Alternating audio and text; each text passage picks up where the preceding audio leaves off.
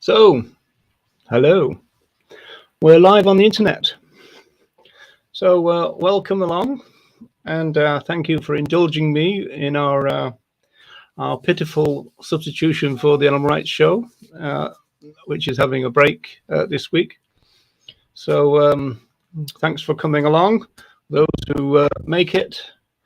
And oh yeah, this is probably the last public airing of this monstrosity. So this is the Movember, coming to the end of November. So it's coming to the end of Movember. So this is the fundraiser thing that I've been doing for Back into Daylight, the vegan-run animal sanctuary in Ireland, which has 600 residents. So I know some of the regular audience for the Animal Rights Show, and in fact some of the hosts and guest panelists and everything have contributed. So thank you very much for that. I'm sure it wasn't anything to do with the moustache. It was something to do with the 600 other animals, I imagine, at the sanctuary. Now, yesterday was Tom Reagan's, or would have been Tom Reagan's 83rd birthday. So the Vegan Songstress marked that with the release of a song called Tom Reagan, which was a kind of arrangement and working of a famous speech that Reagan gave in 1989. There was an arena program, an evening on the BBC, and part of it was a debate which Reagan was the prime mover of, along with Richard Ryder, who coined the word speciesism, and the Reverend Professor Andrew Lindsay. And they were against three opponents, of course, and the animal rights side won. And the audience, according to the official figures, was 1 million people. So that's probably one of the largest audiences ever for an animal rights debate, I would think. So, so the songstress has rearranged that song, including part of it as a kind of chorus with a backing track. It really works really well.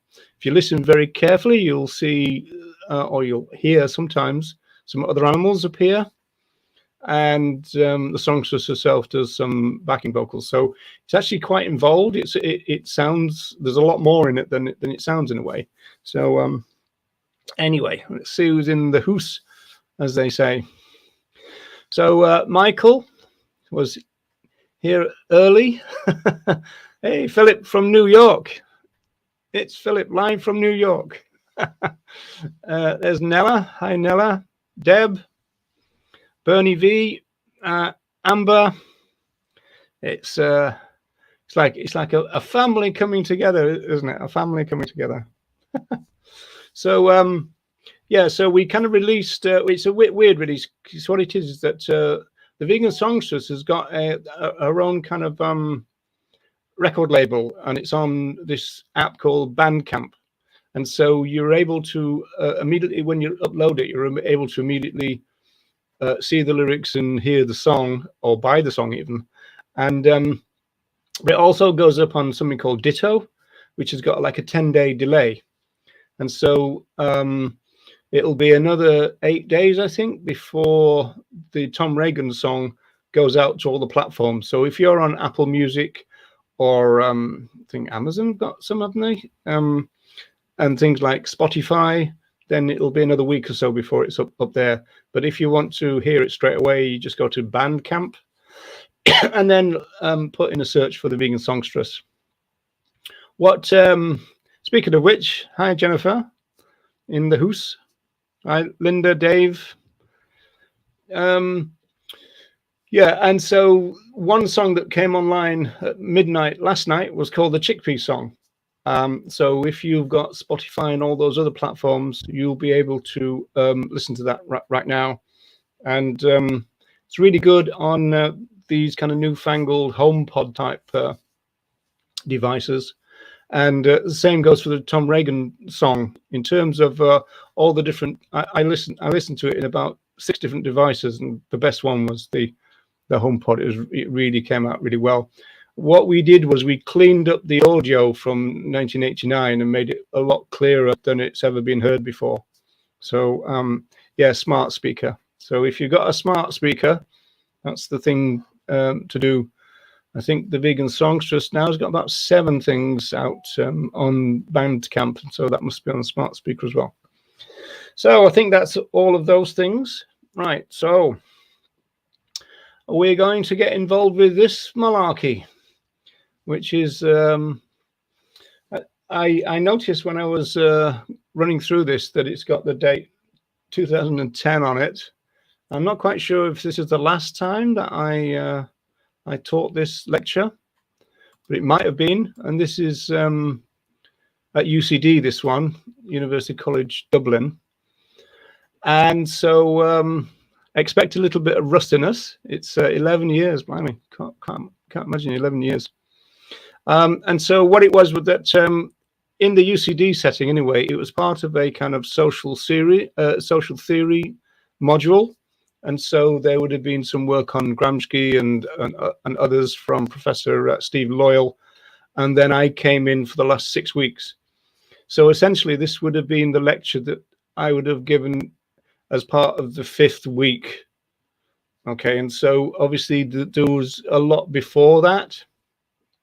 And if necessary, I'll kind of reference that very briefly as we go. We shouldn't need to too much in a way, but that kind of puts you in the picture in the sense that, you know, other people, you know, like Weber and, you know, some other kind of famous sociologists will be mentioned, and they were the ones that were kind of taught earlier on in the module, if you like.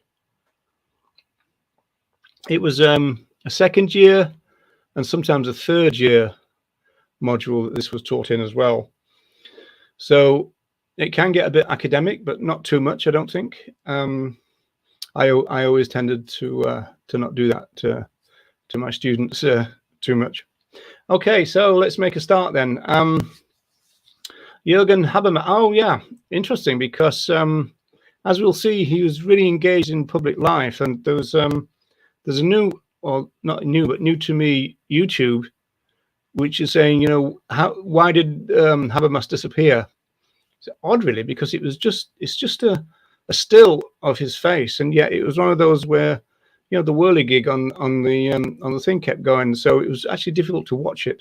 But it's basically saying that he was very involved in the 1980s and 90s in European politics, but his ideas seem to have fallen out of favor, and he seemed to have retreated into academia. That was the claim. I was hoping to find out a little bit more, but as I said, it was actually very difficult to understand what they were on about, because it kept stopping all the time. Okay, so Habermas then. What do we get from Habermas? We get a wide-ranging analysis of rationalization processes. He looks at issues of communication, usually termed as issues in communicative action. He looks at ideology, and a major theme, the issue of legitimation. So Stephen Seidman, in this book here, says that Habermas should be considered one of the great social theorists of the 20th century. He developed an original theory of social knowledge, social evolution, language, and social action, and late capitalist societies. So Habermas is engaged in what has been described as a critical dialogue with modernity, and that comes from this Cologne book here. This effectively means that Habermas suggests, within a sustained attack on some postmodern thinking, that the Enlightenment project remains unfinished. Calhoun says that Habermas wants to see it completed and even corrected, and in the tradition of the Frankfurt School, in order to serve human emancipation. This, the saying goes, is far better as an option than abandoning or repudiating the so-called Enlightenment project. So I used to tell my students that this was probably our first hint that Habermas was rather more practical and pragmatic, rather than being merely philosophical, but we'll come on to that a little bit. Similarly to all that, Kalinikos suggests that Habermas argues that modernity has proven to be only a partial realization, an incomplete project. So as I said before, Habermas was also well known as a public figure in Germany, engaged in issues such as human rights and general politics, part of a quest, in his eyes at least, for a rational society, no less. Social movement theorists take a big interest in Habermas, not least because he did have some connection to the 1960s and 1970s students' movement. Professor Michael Pusey, in a book just called Jurgen Habermas from 1987, said that Habermas's work engages and reconstructs the theories and ideas from a whole range of people, such as Marx and Weber, Dilthey, Lukács, Freud, Mead, Durkheim, and Parsons, to name but a few. And so Pusey regards Habermas as the most important sociologist since Max Weber, who's described as one of the founding sociologists of the discipline. And he describes Habermas as a left Weberian, while others have called him a Marxist Max Weber. So if we look at Habermas's professorships, we see the majority have been rather philosophical rather than sociological. And this has led to accusations that Habermas's writing is overly abstract and philosophical, which, as we'll know in the animal advocacy movement, is exactly what was the charge against Reagan quite often. In fact, the beginning of his key sociologist account, Pusey says this very thing. For example, Pusey says that let no one say that he, Habermas, is easy to read. Indeed, he goes on, Habermas is extremely difficult, especially for an English-speaking readership. So we're setting ourselves up for a bit of a fall already. Habermas himself acknowledges that his possibly most important text, and certainly in relation to critical theory, and it's also in 2 volumes, which is called Theory of Communicative Action. It's well over 1,000 pages. He says himself it's impossibly academic. And again, there are echoes here with Tom Reagan, because Reagan said, well, look, yeah, the case for animal rights is quite difficult to read, but it has to be done, kind of thing. You know, there are some things that you just have to engage in. And, you know, if you want a shallow understanding of something, that's one thing. But if you want a deep understanding of something, then you have to do the miles, if you like. And so there's a real kind of interesting parallel between that. Part of these difficulties arise due to Habermas's constant revising of his own work. He was forever revising his own texts and stuff. And also, as suggested by Pusey, the problem of translating esoteric German into academic English. So there's a real kind of academic kind of problem in all of these things. Jurgen Habermas is often referred to as the chief intellectual heir of the Frankfurt School. In fact, commentator after commentator say roughly the same thing. For example, there's a writer called Ian Crabb. I think he's dead now, actually. But in 1984, he put out a interesting book called Modern Social Theory, From Parsons to Habermas. And Crabb said that Habermas was generally recognized as the major contemporary heir to the Frankfurt inheritance. And Stephen Seidman, again, in Contested Knowledge. And it's funny, actually, at the time when I was teaching this is the 3rd edition. I was using the 2nd edition. And it's one of those weird things that the 2nd edition, I think, is better than the 3rd edition. And for some reason, I've ended up just with the 3rd edition. So I've ended up with the worst book. Anyway, Seidman said, the spirit of the Frankfurt School was placed in the hands of Jurgen Habermas. Therefore, Seidman notes that Habermas represents the Frankfurt School's 2nd generation. saying that there is a generational space between the Frankfurt School and Habermas. So, given that social theorists are a product of their time, and I bet none of you have heard me say that line before, it's noteworthy that Habermas comes of age during the student protest, or the emergence of the new social movements and widespread social revolt. I'm going to define new social movements a little later on, I think, just to help us out a little bit there. So he is generally seen as more optimistic than the first wave Frankfurt School theorists. At the same time, Craib claims that Habermas was less passionate than Horkheimer, Adorno, and Marcuse. So if we're looking at the first wave, I mean, there was quite a few of them, but the three main ones was Horkheimer and Adorno.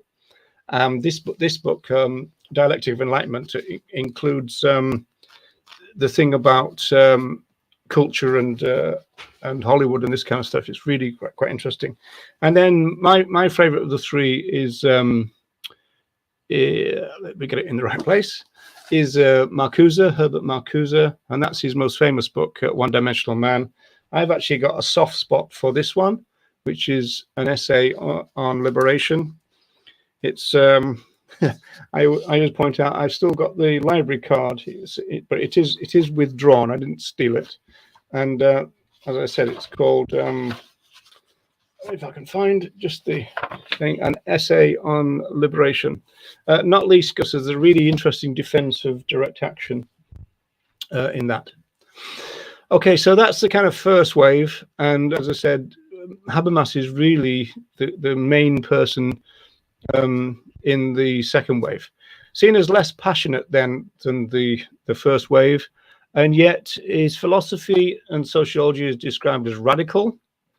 And Seidman suggests that Habermas aimed to recover the modern utopian faith in the beneficial power of reason. After all, his first book, translated into English, which was 1971, was called Towards a Rational Society.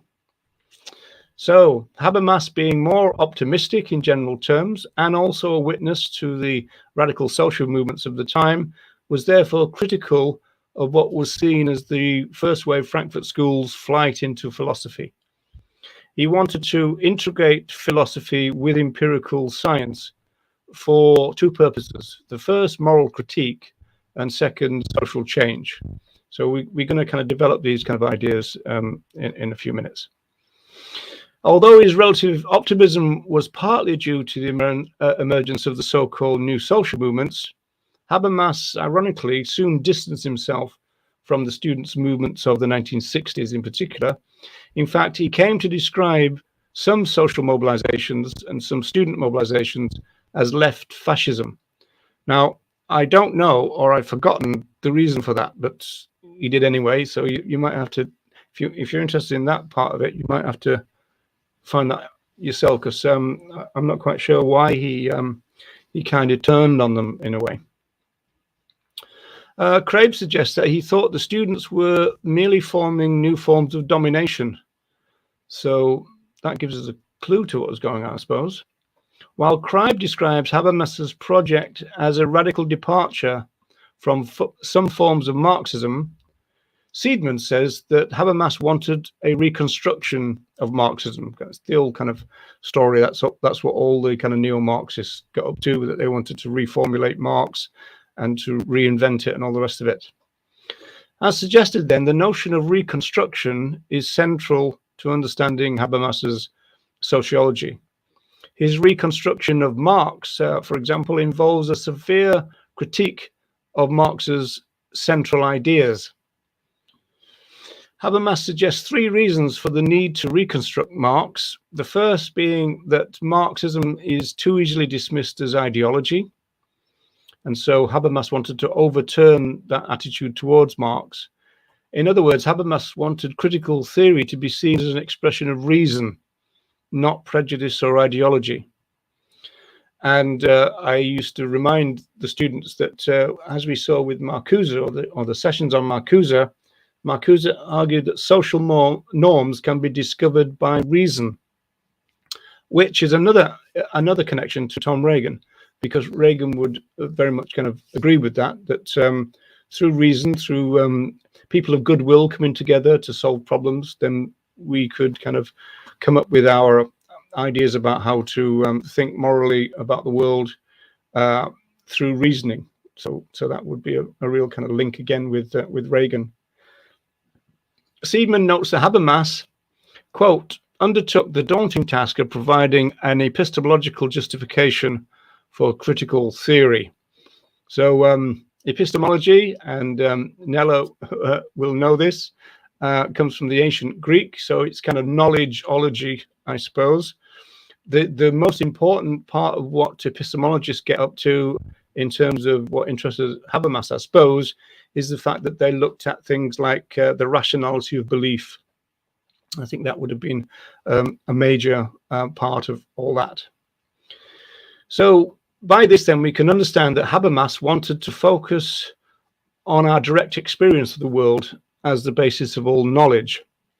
This point appears to be linked directly to Habermas's rejection of the flight of critical theory from empirical analysis into philosophical and aesthetic analysis, which is, I mean, Adorno in particular really kind of got into that. There was that saying, I think I might have mentioned the last time I did one of these, that Adorno said that of Hollywood, that every film that he goes to makes him less intelligent every time he goes to one of this kind of stuff. It's very kind of damning in that sense. And although Seidman doesn't say this is my bit of interpretation, Habermas may have also been sensitized by accusations of the elitism of critical theory and of critical theorists in general. So again, that would have been something that I'd have dealt with already earlier on in the course, in a sense. Right, the second need to reformulate Marx was that, and this is more basic and general, and you'll be familiar with this. The basic foundation of Marx is seen as flawed, and the flaw in Marx is revealed by the failure to explain three things: the absence of revolution in the West, and the occurrence of revolution in the East, and the rise of fascism. In fact, the third one, the rise of fascism, was really a major problem for the first wave, in fact, to the extent that they were exiled from Germany. But also, in terms of what they wrote about, what they expected, their aspirations, is a real blow to them. I mean, they were there theorizing about the glorious proletariat revolution, and they got Hitler instead, which is quite a difference. Well, at least we should hope it would be anyway. Okay, and then thirdly, Marx's thought is in error about how capitalism would operate. Again, a kind of standard kind of critique of capitalism. Seidman claims that Habermas recognized Marxist analysis of the major dynamics of modern society was faulty, as was Marxian analysis of the likelihood of social change.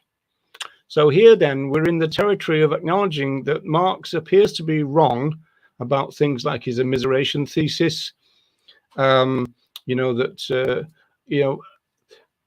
capitalism was ruthless, it was just going to kick the poor in the balls kind of thing, and capitalism has proven to be rather more subtle than many Marxists and Marx himself thought and suggested or expected. Now, there are books written about that, and so there's going to be people going, no, that's not what Marx felt. But that's really what's been suggested, and Seidman is claiming that. Habermas regards Marxism as critical social science, but it did need some serious modernizing, that theme again. Seidman said that Habermas saw himself as reformulating, broadening, and refashioning Marxist ideas and its conceptual foundations. And despite what Craib claims, Habermas, according to Seidman, seems to have liked the activist in Marx. Marx himself didn't just want a theory, he obviously wanted a theory that would move people, a social theory, quote, committed to promoting human freedom. So Seidman sets us up at least to think of Habermas as bringing Marx back in because he liked the idea of Marx the activist. and because of the times that Habermas was writing, he had less reason to be as thoroughly bleak as were the first wave of the Frankfurt School. Seidman gives a detailed account of Habermas's reformulation of Marx's conceptual foundations, involving a critique of the most central notions of Marxism, such as Marx's ideas about human species being, which is really interesting from our point of view, the base superstructure relationship. For example, Habermas thinks that Marxism reduces a social base to an economic base. So that's really interesting. So, you know, the idea that something quite complicated was reduced just to the economics. So that was quite interesting. The details of historical materialism, asking whether economic change alone could do all that Marx and some Marxists said it could in relation to driving social change. So a lot in that, and it's really quite interesting, the fact that Marx focused on one thing and kind of left out the kind of cultural lag, I suppose, is what's really been said. Of course, these questions have begun to be formed by the first wave of the Frankfurt School theorists. What Habermas had before him, as it were, and again to increase his optimism, was the advent of the new social movements. So this is how Seidman puts all that. He says that the general point that the Marxist critique of capitalism was losing credibility started in the 1960s.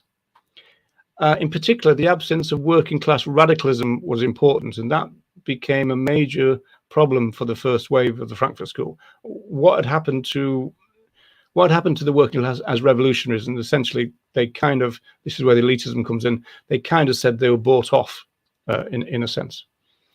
And so working class radicalism and the absence of it. Now, we should note a distinction here. We should differentiate working class radicalism from something like trade union militancy, because the latter, trade union militancy, was often frequently driven by aspirations to maintain pay differentials amongst workers, rather than bringing about a fully fledged kind of proletarian social transformation or revolution. And so I think back in the 1970s, probably the miners, but certainly the train drivers union was seen as an example of this, where there was a lot of arguments in terms of creating this kind of hierarchy, you know, like, you know, who is seen as most important in terms of moving a train around the country, this kind of stuff. Making a historical point, Seidman also notes that what he calls the authoritarian turn of the Soviet Union did no favors for Marx's ideas, which is a rather obvious thing to say, but it's interesting. In terms of the emergence and rise of the student movement, not only students mobilizing in radical social movements, but other movements involving what in those days was called youth groups, mobilizations of marginalized people, women, gays, ethnic minorities, they all kind of sprang up. And so this kind of mobilization and conglomeration of these marginalized people always makes me think of Patrice Jones' video, which is called Commonalities of Oppression. The weird thing was, I looked on YouTube today for it, and it doesn't seem to be there now, so it looks like it's been taken down.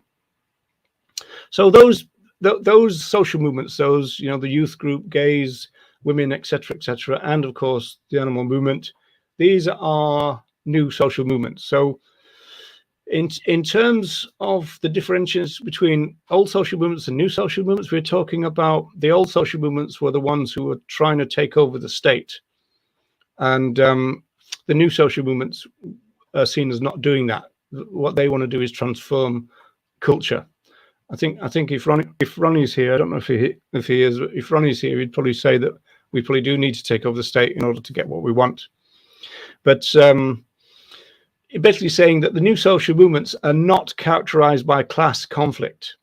And so that means that the middle class students' mobilizations, as they were seen, were often dismissed, and this is by the left as much as the right, as the childish outbursts of the privilege. And in fact, there's another echo there with what's being said at the moment from the left in particular about veganism. You know, that veganism is a privileged position and all the rest of it, and it doesn't really quite understand a lot of the things in indigenous people, colonization, all the rest of it. So this is part of the historical emergence of what we now label neo-Marxist theories, many of which struggle to maintain an emphasis on the economics of society and on class-based conflict. Essentially, Habermas was one theorist who recognized that the theoretical goalposts had moved. He recognized that the primary sites of social crisis, conflict, and social change had altered. So it's not just about economics anymore. It's not just about a class-based analysis. This means that social crises had shifted from the economic to the state and to culture. Now conflicts were based on notions such as rights and quality of life, protection of the environment, which, I mean, the kind of arguments about the environment go back years and years and years. We tend to think of it as a new thing, don't we? But it go back years and years. Of course, in those days, it was kind of called ecology. Preservation of communities was a big issue. Local decision-making about such issues of education and health still gets bandied around. Cultural legitimacy and social democracy. So now the battle for change, or as Reagan would say, the battle of ideas, occurred amongst numerous grassroots mobilizations. Excuse me. Understanding this requires understanding the dynamics of the interrelationships between economy, state, and culture. Actually get to move this now. So Habermas tried to provide his reformulation a social theory that could be of use to the opponents of late capitalism, a social theory that could build a critical understanding of late capitalism that could lead to political and anti-capitalist action. And Habermas focused, initially at least, on the notion of legitimacy. And so in his book, Legitimation Crisis from 1975, some books say 1976, and in Germany, I believe it came out in 1973. So the Legitimation Crisis emphasized this very point, that the major site of social crisis and conflict had switched from the economic to the political and cultural spheres. Capitalism, for his part, I suppose, still shows signs of economic crisis in terms of Marx's ideas, in terms of what Marx would call its contradictions. But late capitalism is also characterized by a stability that apparently confounds Marx's expectations of its inevitable collapse. And so these kind of, we do hear every time there is another problem, we do say, well, this is the contradiction that's going to kind of break capitalism, and it kind of never does. So, however, society is affected or afflicted by Habermas's legitimation crisis. Crisis occurring during periods when the public withdraws support from the government. Now, this next little bit is really interesting to think about in relation to the current pandemic and what's going on, because it's really interesting the way it works out. So when the public withdraws support from the government, that's a problem of legitimation. Support is withdrawn due to perceptions that government policies are unfair. Essentially, Habermas argues that capitalist states have an ideological problem involving two imperatives. One, they have to ensure capitalist growth. That's the name of the game. And secondly, trying to keep the public supportive of the system in general. The first imperative means that the interests of property owners and their managers have to be favored. That's the name of the game as well. The second is more an ideological necessity for the state to declare itself as serving the interests of all.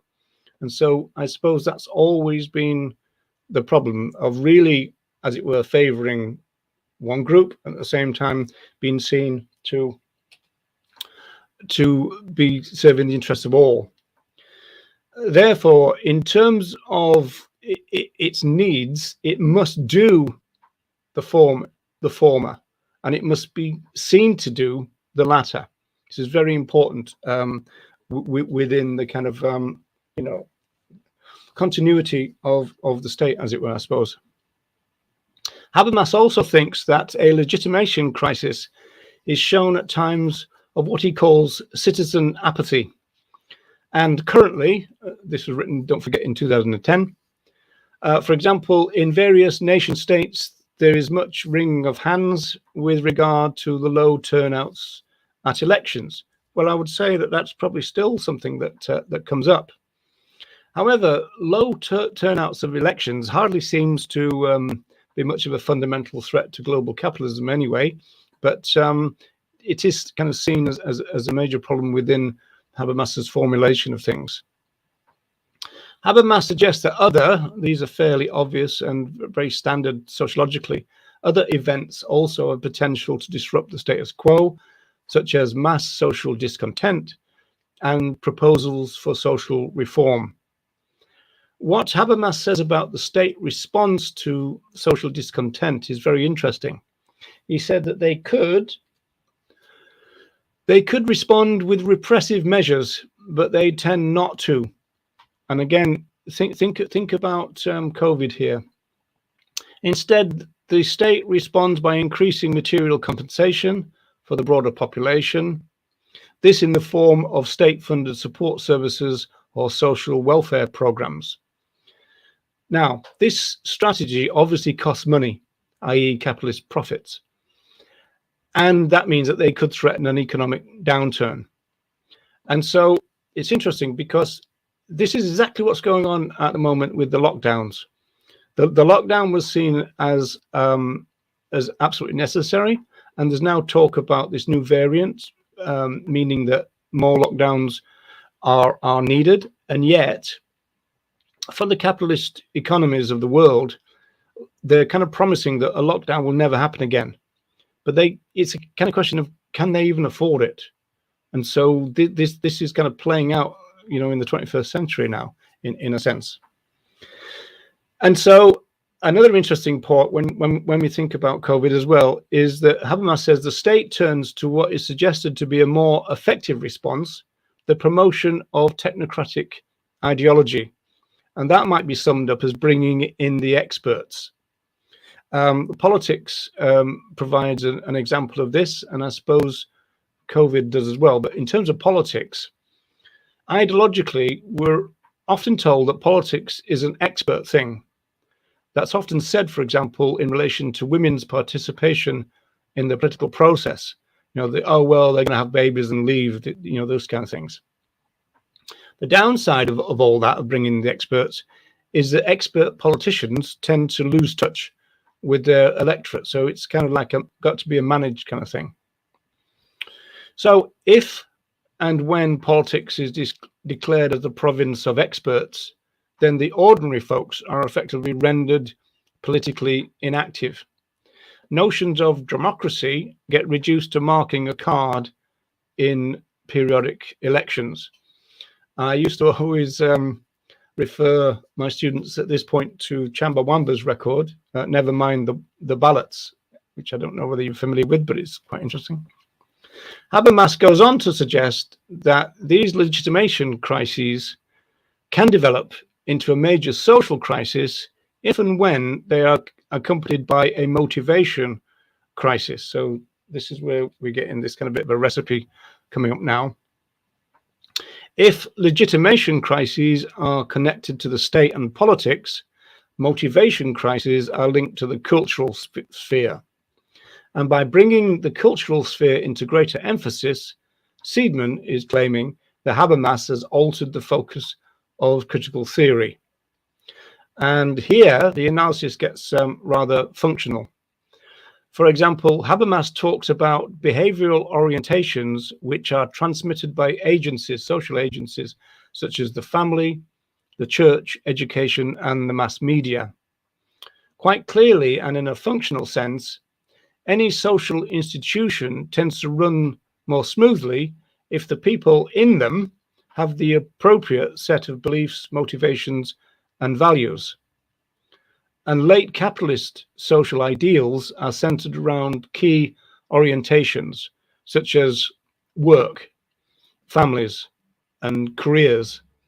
And of course, going right back to the first wave of the Frankfurt School, consumerism.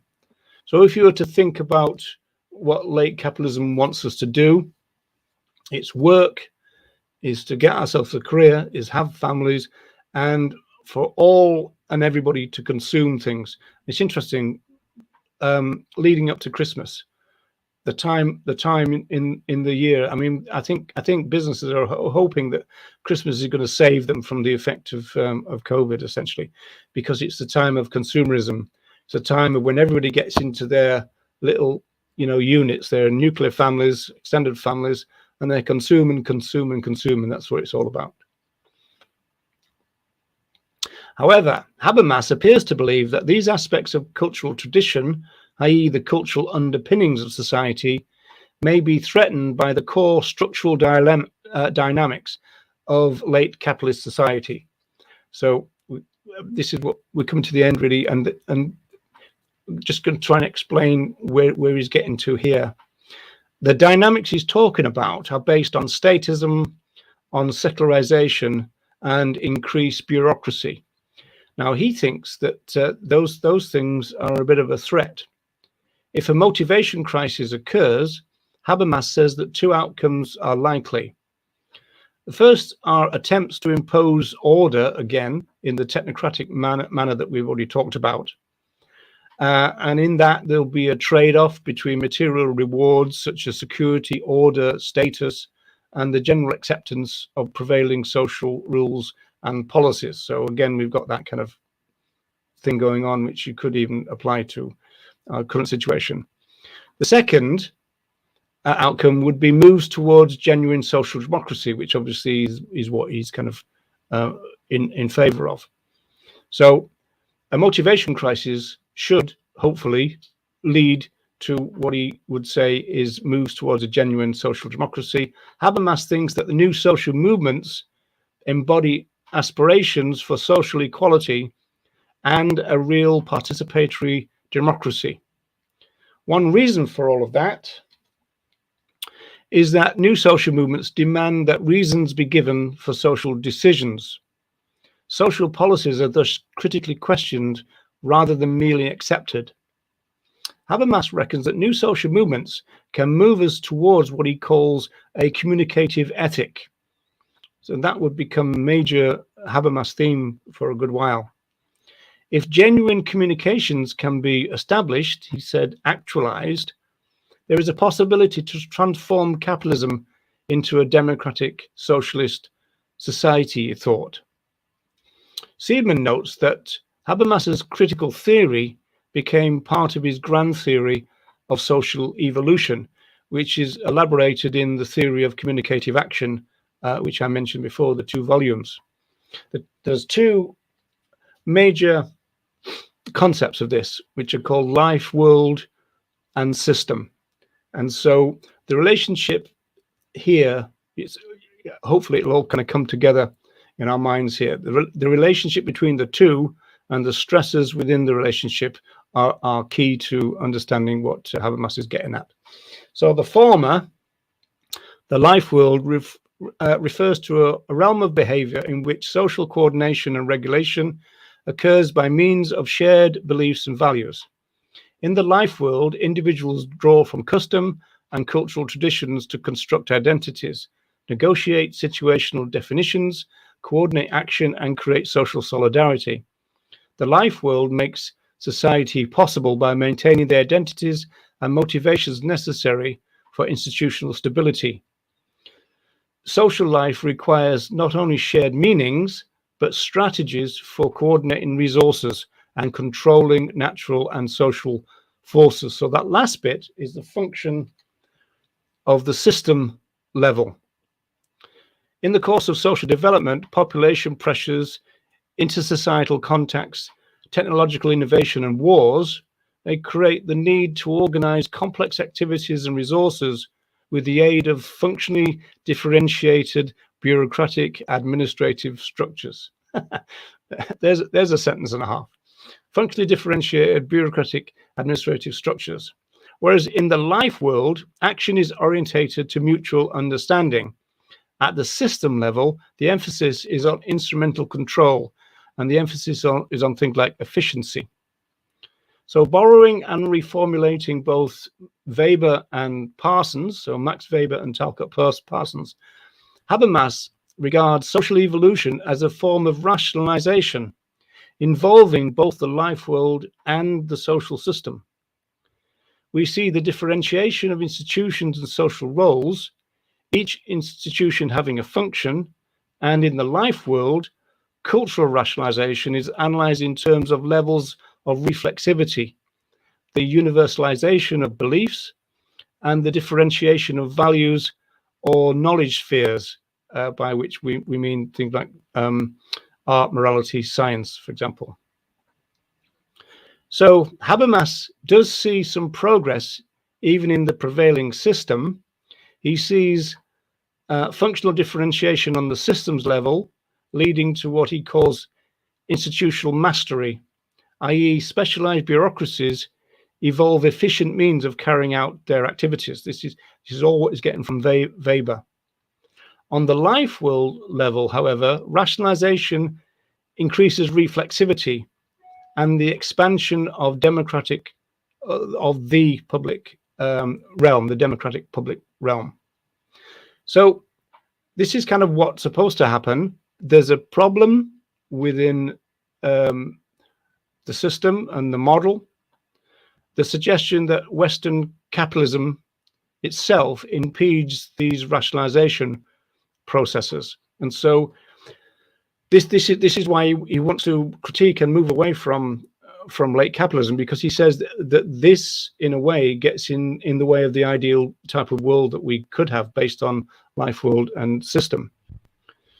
So Habermas's major complaint appears to be that capitalism focuses its attention on social rationalization, which impacts on the development of cultural rationalization. Therefore, bureaucracy has developed far more than political democratic structures have. Science and technology and the rationality associated with that is given priority over moral and aesthetic reason. In other words, for Habermas, the balance between these two ideas is all wrong. And Habermas uses a famous phrase, which is this. Oh yeah, it's come up wrong again. It's really weird. I put this up before, and for some reason this red thing comes up, and then sometimes it doesn't. So I don't really know what's going on there. But anyway, so what it should say is the colonization of the life world, which Seidman regards as a statement containing dark echoes of the Frankfurt School first wave. In effect, the system level, based on instrumental reason, penetrates the cultural life world, therefore contaminating cultural rationality with system, i.e. functional values. And so this is where the balance is all skew-if from Habermas's point of view. So we have a picture of a scientific, technical, administrative power elite, and they are in charge of daily life. They translate moral issues into cost-benefit formulations. They see political disputes as technical administrative problems. For Habermas, this means a traumatized life world whose very survival is threatened, also leading to a disruption of identities, the displacement of traditional forms of life, and of forms of social solidarity and cultural formations. Seidman says that the spirit of Marx reappears then in Habermas in the notion of capitalist society as a contradictory, ultimately self-destructive aspect to itself. The capitalist system itself contains these things, although it's not going to collapse in the kind of Marxist sense. I suppose that's what's been said. Clearly, from what we've seen then, any and most hope comes from the activities of the new social movements. which essentially is the same conclusion that Marcuse came to. Now, the kind of backstory to that, very briefly, is that Marcuse was distressed by the proletariat being bought off, and so he then began to search for revolutionary agents who other than the working class. And so he looked to the students, he looked to feminists, and at the end of his life in 1979, he was looking at the ecology movement, the environmental movement, and that was a real focus of his life when it ended, actually. And so the hope comes from the grassroots new social movements. This is a rather bold claim. If the life world is colonized, then social movement activists, like ourselves, may be the redemptive agents of change. And we, it's suggested, may be able to reset the proper balance.